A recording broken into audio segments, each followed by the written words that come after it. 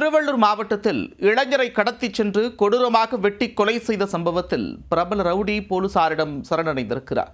நண்பனை கொன்றவரை பழிக்கு பழி வாங்க கொலைவெறி ஆட்டம் ஆடிய சம்பவத்தின் பின்னணி என்ன?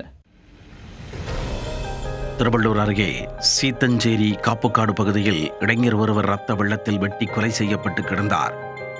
அந்த இளைஞர் ஆவடி பொத்தேரி பகுதியைச் சேர்ந்த சூர்யா என்பது தெரியவந்தது.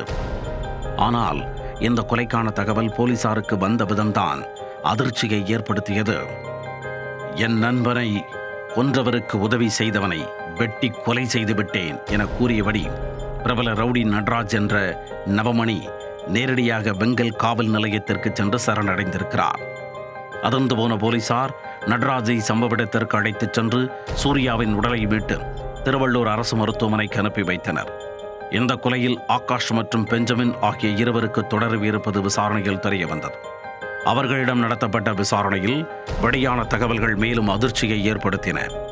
கடந்த ஆகஸ்ட் 1ஆம் தேதி ஆவடி டேங்க் ஃபேக்டரி காவல் நிலைய எல்லைக்குட்பட்ட புத்தூர் பகுதியில் ரவுடி சதீஷ் முன்விரோதம் காரணமாக வெட்டி கொலை செய்யப்பட்டார். அந்த வழக்கில் பரத் என்பவர் மட்டும் கைது செய்யப்பட்டு சிறையில் உள்ளார். ஆனால் அந்த கொலையை அரங்கேற்ற உதவியவர் சூர்யாதான் என்று ரவுடி நடராஜ் சந்தேகித்துள்ளார். இதனால் ஆத்திரமடைந்த நடராஜ் சூர்யாவை கடத்திச் சென்று சீதஞ்சேரி காப்புக்காட்டில் வைத்து சரமாரியாக வெட்டி கொலை செய்ததாக போலீசாரிடம் வாக்குமூலம் அளித்துள்ளார். அது மட்டுமல்லாமல் என் நண்பனை கொன்ற பரத் மற்றும் மற்றவர்களையும் விடமாட்டேன் என அவர் சவால் விடுத்ததாக கூறப்படுகிறது.